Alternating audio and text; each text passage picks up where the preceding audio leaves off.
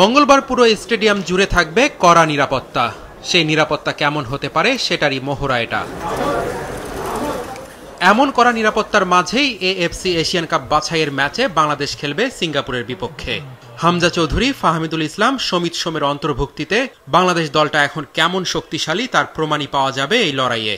In football you need goals to score, and if you can keep a clean sheet you will get the 3 points. So you have a good point.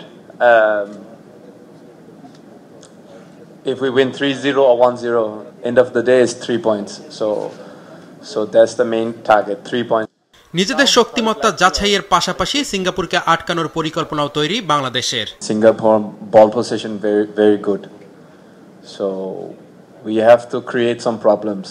কারণ Singapore মানে build up is very good. So আমরা এইগুলো destroy করতে পারি। আর ওরা offensive set piece, আপনি যদি মালদ্বীপের সাথে যে খেলা ছিল ওইখানে I think 2 or 3 of the goals comes from set pieces. So আমরা জানি ওরা মানে স্ট্রং সাইড হচ্ছে সেট পিস আর build up. Team, as I said before, with quite a lot of capacity, especially in attack. It's a team which is very well trained in terms of several offensive concepts that are not easy to defend, and are not easy to implement. So that actually says a lot about the quality they have and the quality of the staff also. অন্যদিকে ঢাকা পৌঁছে দুটি অনুশীলন সেশনে নিজেদের তৈরি করেছে সিঙ্গাপুরের ফুটবলাররা। অবশ্য তারা আত্মবিশ্বাসী নিজেদের পারফরমেন্সেই।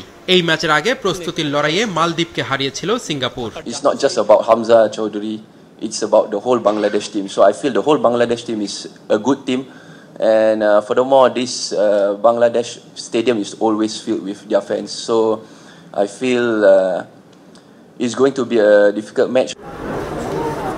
4 জুন ভুটান ম্যাচের সময় নানা অপ্রীতিকর ঘটনায় মঙ্গলবারের ম্যাচ নিয়ে বেশ সাবধানী ফেডারেশন। সেসব এড়াতেই ম্যাচ দেখতে আসা দর্শকদেরও পড়তে হতে পারে নানা নিরাপত্তা বিড়ম্বনায়।